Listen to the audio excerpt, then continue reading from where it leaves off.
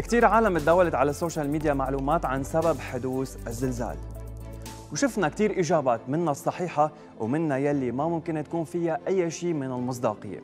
رح أقول لكم الزلزال مرتبط بحركة الصفائح التكتونية يلي بتتحرك بشكل دائم وباستمرار، وكتير ناس بتتساءل شو هي الصفيحة التكتونية. لهيك حبيت أوضح من خلال تقرير صغير رح نحضره سوا كيف بصير الزلزال. الزلزال عبارة عن اهتزاز مفاجئ للأرض، والسبب تحرير الطاقة المخزنة بصخور القشرة الأرضية، وهالطاقة يلي تحررت بتشكل موجات زلزالية واهتزاز ملحوظ بالمناطق القريبة من بؤرة الزلزال، وبيمتد تأثير هالموجات لجميع مناطق الكرة الأرضية، لكن تأثيرها بيضعف بالابتعاد عن المركز.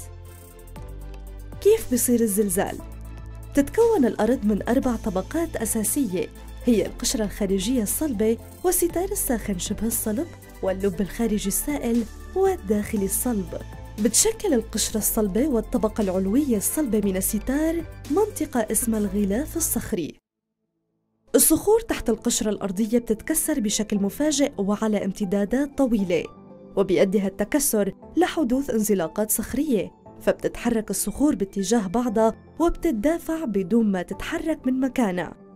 وبعد فترة من تراكم الصخور بيزداد الضغط عليها فبتتكسر بشكل مفاجئ، وبتبدأ الصفائح والكتل الصخرية بالتحرك مشكلة الزلزال، وبتبقى هاي الصفائح أو الصخور مستمرة بالحركة لحين وصولها لمكان ما بتقدر تتحرك، وهون بتثبت الصخور لمدة زمنية غالباً بتكون طويلة.